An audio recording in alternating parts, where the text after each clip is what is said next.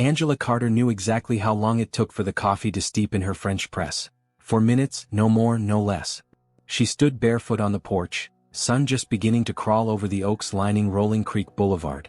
Her silk robe, pale cream, almost defiant, floated with the morning breeze. She looked like any other upper-middle-class woman savoring the silence of a Sunday morning. That was the point. She had been here for 5 weeks. Long enough for the whispers to start, and short enough that they still tried to keep their voices down. Are you with someone? Husband, boyfriend? A white woman with glossy hair and tennis shoes had asked her that on the 3rd day, under the guise of friendliness, eyes darting toward Angela's left hand. No, Angela had answered evenly. Just me. Oh. The woman's smile tightened. Well, you're very brave moving in all by yourself. These homes aren't cheap. Angela had returned the smile without blinking. Neither is dignity. She hadn't been invited to any HOA meetings. Not officially. But she went. Sat in the back. Listened. Took notes. William Stratton, HOA president, mid-60s, steel-gray hair and voice like lacquered wood, ran the meetings like a courtroom. Always flanked by 2 men who never introduced themselves. He had the air of a man who'd learned long ago how to manipulate attention without seeming to. His eyes always found her. And lingered. He pretended not to know her name the first time they met. Ma'am, I believe you're in the wrong room, he'd said, clipboard against his chest like a badge. I'm not, she replied, holding up her deed to the property with the HOA stamp. And I know how bylaws work. You might want to refresh yourself on them. The room went quiet. A woman coughed. William gave her a long look, then smiled. Miss Carter. My apologies. We weren't expecting you to be so punctual. Trust me, she said, walking past him and sitting down. No one ever does. Now, standing on her porch, she saw them coming before they got too close. 2 men in navy blue polos, both white, both over 6 feet tall, walking shoulder to shoulder like security guards in a mall. Not HOA uniforms, there weren't any officially, but enough to make a message clear. Authority unearned and unspoken. Miss Carter, one said as they stopped at the edge of her porch. He glanced at her coffee. We need you to step inside. Angela raised an eyebrow. Why? You're in violation of HOA guidelines. Porch usage between 7 and 9 a.m. is restricted to maintenance purposes only, the other said, reading from what looked like a laminated note card. Angela took a sip of her coffee. Is that so? I must have missed the new rule book. When was that passed? No need to get defensive, the first man said. We just need you to comply. You're creating a... He hesitated, then chose his word carefully, disturbance. Angela stepped down one stair. A disturbance? Sitting on my porch, drinking coffee in silence? Residents have filed complaints, the second said, but didn't look her in the eye. Which residents? She asked. Or are they also anonymous, like the ones who didn't like my wind chimes last week? Neither answered. Listen, Miss Carter, the first one said, tone sharpening. We can file a citation. That'll go on record with the HOA. Affect your standing. Might make it harder to... To what? Angela interrupted. Live here? There was a beat of silence. Then the second man stepped forward. We're asking politely. But you need to cooperate. Angela's smile dropped. No, I don't. Their posture changed. Shoulders squared. One reached for something on his belt, maybe a radio, maybe not. It didn't matter. From the corner of her eye, she saw the black sedan at the end of the street shift, just slightly. That was enough. I'm going to have to ask you to back away, Angela said, voice now cool and sharp. This is private property. We are the HOA, the first man said. We have jurisdiction. No, you don't, came a voice from the sidewalk. 3 figures moved fast, almost invisible in their efficiency. Dark jackets, eyes alert, movements precise. Say, her backup. Before the 2 imposters could react, they were disarmed, restrained, and on the ground. One of them shouted something incoherent. The other tried to pull away and was met with the hard crack of a wrist lock. Windows opened along the street. Curtains shifted. Cell phones appeared. Neighbors watching, recording. Confusion. Angela stood at the edge of the porch, her robe fluttering, arms crossed. She didn't move until one of the agents, Harris, tall, wiry, sharp-jawed, nodded at her. All clear, he said. She nodded back and stepped down. The man on the ground, Daniel Cross, his name would later be confirmed, looked up at her with pure hatred. Who the hell are you? He spat. Angela crouched down, level with his face. I'm the one you should have read the file on, she said quietly. Now shut up and enjoy the concrete. Angela sat alone in the small, dimly lit den of her home, the only light coming from a desk lamp angled precisely toward a stack of files. Digital printouts, surveillance photos, HOA meeting transcripts. Officially, her operation was classified as Silent Canopy, a domestic infiltration countermeasure targeting the growing alliance between civil networks and extremist ideologies. Unofficially, it was a test, not just of her skill but of her restraint. Because unlike previous assignments overseas, this one had a more insidious edge. No bombs, no targets, no midnight raids. Just friendly neighbors, smiling with their mouths and sneering with their eyes. She glanced at the photo of Daniel Cross pinned to the corkboard behind her desk. Former sheriff's deputy in Georgia. Let go quietly in 2018 for unspecified conduct. No prosecution. No follow-up. Now here he was in Maryland, posing as HOA security. And not alone. Her phone buzzed. A secure message from Harris. Cross and Riley being processed. No ID cooperation yet. Stratton lawyered up immediately. We're holding position until federal brief.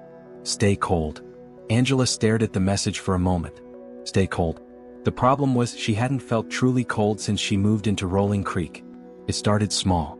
HOA notices slipped under her door and signed, warning of non-compliant lawn decor, her garden gnome. Her bird feeder. A single lavender plant placed too close to the property line. Then came the invitations she didn't receive. Neighborhood barbecues. Wine nights. Parent mixers. She didn't even have children, but that wasn't the point. Every absence was its own form of isolation. When she walked down the street, some neighbors would smile tightly, others wouldn't look at her at all. But the children were always honest. One afternoon, a girl riding her bike skidded to a stop in front of Angela's driveway. Big helmet. Purple backpack. Are you the spy lady? The girl asked. Angela blinked. Where'd you hear that? My dad said you were watching everyone. That you weren't really a neighbor. Just pretending. Angela crouched down beside her. I'm watching, yes, she said softly. But only the people who need to be watched. The girl squinted, trying to decide if that was scary or cool. Then rode off without saying anything else. The next morning, Angela's trash bins had been kicked over. Angela took morning walks, partly to stay visible, partly to measure the rhythm of the neighborhood. People who lived in fear rarely noticed who wasn't afraid. She made note of homes with new security systems, mailboxes that didn't receive any mail, cars that were always parked but never moved. 4 houses, by her count, were either safe houses or unoccupied decoys. At the end of the 3rd week, she walked past House 77B, a pale yellow colonial with perfect hedges, and saw Stratton standing at his door holding a leash without a dog. Miss Carter, he said as if surprised to see her, though his posture said otherwise. Lovely morning. Isn't it? She replied, not slowing her pace. He didn't smile. I've been meaning to speak with you about your presence at our monthly compliance meetings. Angela stopped. I'm a homeowner. I have every right to attend. Indeed, Stratton said, stepping 1 foot closer. But rights are only as meaningful as the spirit in which they're exercised. She tilted her head. That's a beautiful sentence. Almost makes it sound like you're threatening me with manners. He exhaled, something like a laugh but colder. No threat, Miss Carter. Just a reminder. Communities are ecosystems. One hostile presence can damage the whole habitat. She looked past him to the brass HOA insignia bolted onto his mailbox. An eagle, clutching not arrows but a rolled-up scroll. Order through regulation, the motto read underneath. Angela nodded slowly. That's true. But ecosystems evolve. And sometimes the apex predator looks a lot like a gardener. His smile faltered for half a second. Just long enough. That night, she reviewed the debrief on Stratton. William D. Stratton, born 1957, Baltimore. Army Intelligence, 1981 to 1994. Contractor for Langley Black File Clearance. Detached from CIA in 96 for ideological incompatibilities. No criminal record. Since 2010, HOA president in 3 different states. Communities with high turnover rates, unusually low minority occupancy. She pressed play on a short audio clip recorded from a bugged HOA meeting. If we're going to maintain the culture of this neighborhood, we have to enforce standards. Not just fences and flowers. I'm talking about belonging. We are a heritage-based community. The other voice replied, what about Carter? Pause. Then Stratton's voice, colder, she's a misstep. One I intend to correct. Angela sat in the dark, staring at nothing. The following Saturday, the community newsletter arrived. Glossy, colorful, eerily cheerful. On the back page, a section titled Community Notes had a single line. "Let's all make sure our neighbors reflect our values. Rolling Creek deserves to be protected." No signature. But the font matched Stratton's memo template. She circled the line in red. Later that day, she went to the mailbox and found a folded note, wedged between catalogs. "We see you. Your kind doesn't last long here." She took it inside. Scanned it for prints. None. That night, she stood in the hallway, staring at the faint outline of her own reflection in the glass frame over the mantel. For a long time she didn't move. Monday, 4:06 p.m., a knock at the door. She opened it to find a woman in her 50s, red cardigan, layered necklaces, holding a tray of muffins. "Hi there," the woman chirped. "I'm Joyce from down on Ridge Path. Thought I'd welcome you properly. I heard you had some trouble?" Angela took the tray. "Thank you." "Oh, it's nothing," Joyce said quickly, waving a hand. "I'm sure those boys just got a little too excited. They meant well, I'm sure." Angela stared at her. "They tried to drag me off my own porch." "Well," Joyce said, glancing down. "Yes, that was unfortunate." Angela's voice didn't rise, but it gained an edge. "Did you tell them to come?" Joyce blinked. "Excuse me?" Angela stepped forward just slightly.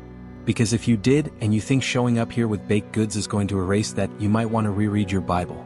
You know the part about wolves in sheep's clothing?" Joyce's smile cracked. She looked like she might say something, then turned and walked away.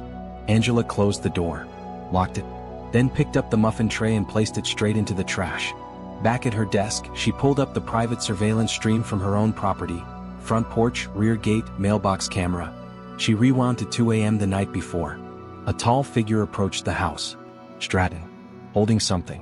Left it in the mailbox. The note. She leaned back in her chair. It was time. Angela stood in front of her bathroom mirror, fixing the final button on her tailored blouse. Deep navy, crisp lines. Her face was unreadable. She didn't wear makeup to conceal emotion. She wore it to project certainty. The mirror reflected more than her image, it reflected control. At 8:30 a.m. sharp, she parked her black SUV in the visitor's lot outside the Montgomery County Sheriff's Department. Harris was waiting at the entrance, sleeves rolled up, face tight. "Cross and Riley are officially being charged," he said, leading her inside. "But you're going to want to hear this." "Stratton?" she asked. Harris nodded grimly. "He's not who we thought." They entered interrogation room 2. A flat screen was set up against the wall. An audio file was cued. Harris tapped play. A grainy recording began, a bugged phone call from Stratton's office 2 nights before. "I'm not worried about her. She's a tool. You know that's what they do, send their people into our spaces. The CIA's lost its compass." Pause. Then another voice, male unknown, responded. "And you haven't?" Stratton laughed. "I was the compass once. They just didn't like where I was pointing." Angela's jaw clenched. "You recognize the second voice?" Harris asked. "No. But Stratton's all over this." "What else?" Harris pulled a thick manila folder from the desk drawer and slid it toward her. "Declassified 10 hours ago. Internal file. Stratton was a low-level operative in the 80s. Ran PSYOP simulations during the Cold War. Got deep into ideation theory. Obsessed with domestic loyalty metrics." Angela flipped through the file. Black and white photos of Stratton in fatigues, mid-briefing. Handwritten notes. Phrases underlined. Narrative containment, homogenization of threat variables, culture as control. "He was let go in 96, Harris continued. "Officially, for ideological incompatibility. Unofficially, looks like he tried to run his own unauthorized loyalty program inside a civilian housing cooperative in Virginia. Got caught profiling residents based on racial and political markers." Angela let out a short breath. "They buried it." Harris nodded. "They didn't want the scandal." "And now?" she asked. "He's taken the same playbook and turned it into a philosophy. Rolling Creek is just one of several communities we're now looking into." Angela stared at the folder. It felt heavier than paper. Like a weight passed down from a country too afraid to look in the mirror. "Does Stratton know we're onto him?" she asked. "No," Harris said. "And that's where you come in." 2 days later, the HOA called an emergency session. No agenda. No minutes. Just a select group of homeowners invited to Stratton's house. The yellow colonial with hedges clipped into military symmetry. Angela received a note on her doorstep. Your presence is strongly encouraged. We value open dialogue. W.S. She arrived in full control. Blouse ironed, hair pulled back, eyes sharp. As she walked through Stratton's open door, the air smelled of cedar, power, and something slightly metallic, like old blood. 12 people were seated in a circle in the living room. All white. All older. All silent. Stratton stood by the fireplace, glass of scotch in hand. Miss Carter, he said, smiling. You made it. Brave of you. I don't scare easily, she replied, taking the last empty seat. Good. Because what we're about to discuss requires a certain level of maturity. She gave a single nod. Proceed. Stratton placed his glass down and clasped his hands behind his back. We live in a country at war with itself. Not overtly. Not with tanks or drones. But with erosion. Culture. Identity. Truth. His voice deepened, every word landing like a gavel. And in times like this, leadership falls not to governments, but to communities. Real communities. Ones that remember who we are. Angela leaned back in her chair. And who are we, Mr. Stratton? He turned to her slowly. You wouldn't understand. I might surprise you. He gave a dry laugh. You're very good, Agent Carter. The room went still. Angela didn't flinch. Excuse me? I did my homework, Stratton said, smiling like a man who'd already won. You think we don't have our own networks? Our own eyes? I knew the moment you moved in. The name change didn't fool me. You carry yourself like someone who's been taught to end conversations, not start them. Angela tilted her head. And yet here I am. Listening. Stratton approached slowly. What they did to me, your agency, was cowardice. I wasn't dismissed. I was abandoned. For telling the truth. For proposing that the biggest threat to national security wasn't foreign. It was cultural dilution. Weakness masquerading as tolerance. Angela's voice was ice. So you started a movement. Recruited washed-out cops and ex-military to police front yards and garbage bins. All in the name of preserving culture. Stratton's expression darkened. We restore order. In a world obsessed with feelings. She stood, matching his height. No, you exploit fear. You hide behind bylaws and bake sales. You create systems that shame, silence, and erase. People like you don't belong here, he said softly, almost kindly. Angela stepped forward. I belong anywhere I choose. There was a sharp knock on the front door. Stratton's eyes darted. Angela turned calmly. That'll be your reckoning. 2 federal agents entered, followed by Harris. William David Stratton, you are under arrest for conspiracy, harassment under federal hate crime statutes, obstruction of justice, and impersonation of federal authority. The room erupted. Several attendees tried to stand. One woman fainted. Angela didn't move. Stratton's face went pale, then red, then blank. You think this changes anything? He spat as agents cuffed him. There are more of us. Watching. Waiting. Angela stepped closer, her voice low and steady. Let them watch. I'm not going anywhere. Stratton was led out in silence.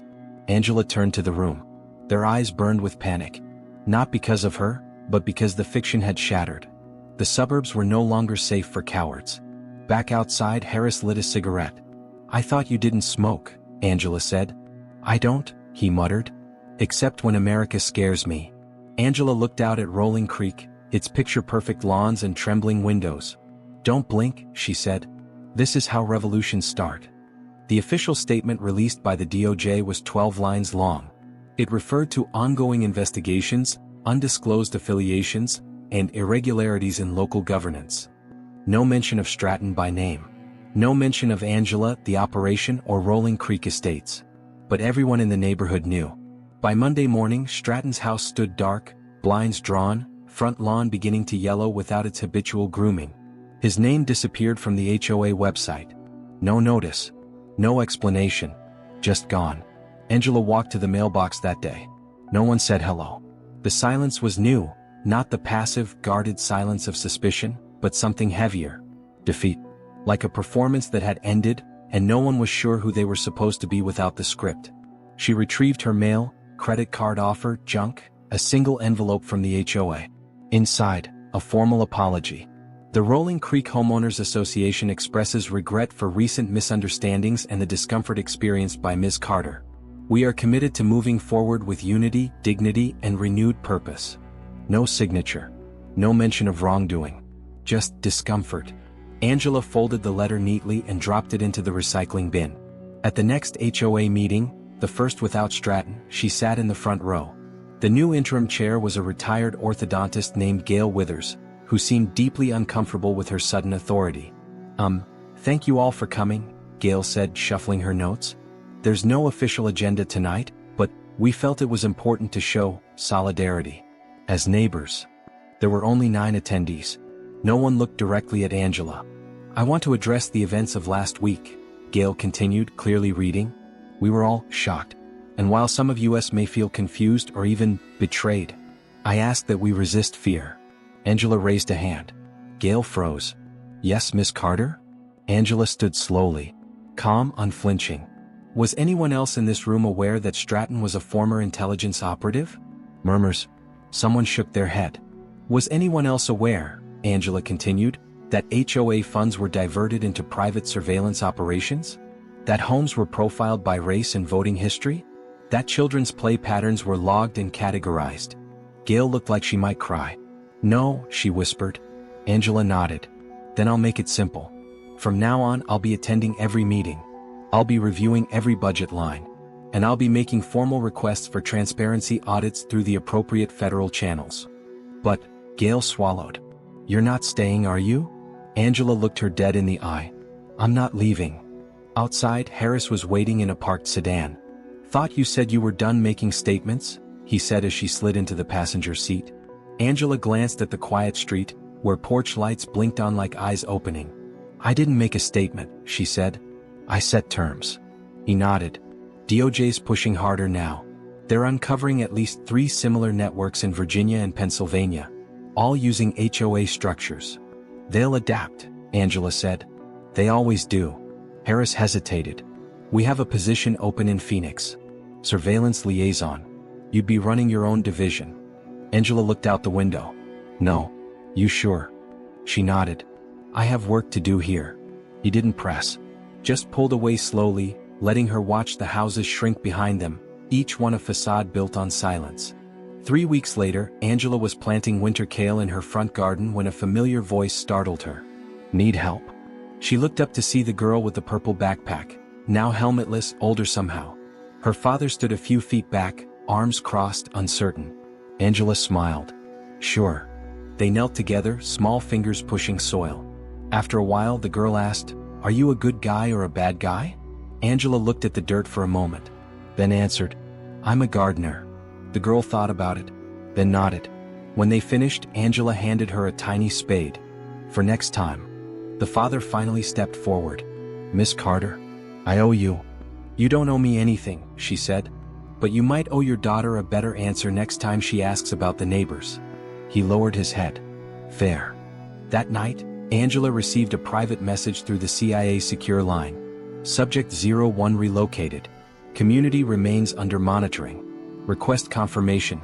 Carter status, active? She typed back 2 words. Still watching. Rolling Creek Estates entered a strange season of pretending. Lawns were still trimmed. Sprinklers still clicked on at dawn. Amazon packages still arrived like clockwork. But underneath the suburban rhythm, trust had curdled. No one really knew how deep the rot went. They just knew it had reached the roots. Some residents moved out quietly, homes listed, no farewell parties. Others stayed but stopped waving. The neighborhood Facebook group was shut down. The block parties were postponed indefinitely. And in the middle of it all, Angela Carter remained. Not louder. Not softer. Just present. It was early spring when the Bethesda Gazette ran a story. The Invisible War, how one suburban community became a battleground for extremist infiltration. The article didn't name Angela. But the message was clear. This had not been an isolated incident. Rolling Creek wasn't the exception. It was a prototype. The story spread. National media picked it up. For 2 days, news vans hovered near the neighborhood's gate. Residents were filmed walking their dogs with stiff spines and tight smiles. Someone posted anonymously that the CIA was planting people of color in white neighborhoods to destabilize property values. Angela read it, printed it out, filed it under delusions. One Saturday, while grocery shopping, a woman approached her in the produce aisle. Mid-30s, brown-skinned, curly hair tied back, eyes cautious. Excuse me, she said softly. Are you Were you involved in the Rolling Creek thing? Angela blinked. Depends on who's asking. I live in Alexandria, the woman said. Our HOA just rejected 3 black applicants in 2 months. One of them was my cousin. They said it was financial compliance. But I don't think that's true. Angela studied her face. You have any proof? Not yet. Angela reached into her purse, pulled out a business card. Plain white. No name. Burn it after you call, she said. The woman took it, eyes wide. Then, after a moment, thank you. Angela nodded and turned back to the avocados. By May, the DOJ released a full report. The findings were damning. Over a dozen communities across 4 states had been operating with a shared digital infrastructure. Privately coded surveillance systems, demographic scoring algorithms, even internal messaging boards using coded language to track and rank residents by perceived cultural threat. All tied, directly or indirectly, to William Stratton's early groundwork. The networks were built legally. That was the most dangerous part. Angela received a call from an old supervisor at Langley. You've stirred quite the nest, Carter. Wasn't that the mission? Yes, but, a sigh. You've made people uncomfortable. Angela laughed. I live for that. There was silence. Then a reluctant respect in the voice. You staying? Until the last weed is gone. At Rolling Creek things began to shift, not drastically but enough. The HOA bylaws were rewritten. Publicly. Angela insisted. A new diversity clause was added, with language reviewed by the Department of Housing and Urban Development. Passed barely. Angela made a speech before the vote. Some of you will leave because of this, she said. But let me be clear, I'm not asking for your approval. I'm demanding your honesty. If inclusion makes you uncomfortable, then you were never building community, just a club. 3 members resigned that same night. Angela didn't blink. One evening, Gail Withers, the interim HOA chair, knocked on Angela's door. She looked nervous, held a plate of lemon bars. I don't expect you to forgive, she said, but I wanted to say thank you for staying. Angela looked at the plate. You didn't make those. Gail hesitated. No. Safeway. Angela took one. Good choice. They sat on the porch in silence for a while, the sunset burning low over the oaks. I never thought of myself as complicit, Gail whispered. That's the trick, Angela replied. You're not supposed to. Months passed. The neighborhood normalized. But it would never be the same. Children rode their bikes with less restriction. The mailbox cameras were dismantled. And on one memorable afternoon, a family of Indian immigrants moved into the house across from Angela's. She stood at her window and watched the mother help her toddler onto the lawn, then stepped outside and waved. The woman looked uncertain, then smiled and waved back. A fragile gesture, but real. In her garden, Angela kept planting. Lavender. Neighbors sometimes walked by and nodded, some awkward, some sincere. She nodded back. She didn't need their comfort, but they needed her presence. One day the girl with the purple backpack returned, now walking, taller, older, quieter. She handed Angela a drawing. Crayons on printer paper. A house with a garden. A woman standing tall in front. The caption read, "The lady who stayed." Angela blinked, then folded the drawing carefully and tucked it into her back pocket. She still filed reports, still received coded calls. But something inside had shifted. This wasn't just a mission anymore. This was a claim. A flag in the dirt. A message to anyone watching from behind their blinds. You don't own peace. You just borrowed it. And I'm here to collect. On the 1-year anniversary of the HOA raid, Angela stood on her porch with a glass of wine. The sky above Rolling Creek was pink with the last light. Her phone buzzed. A message from Harris. Still watching. She typed back. Always,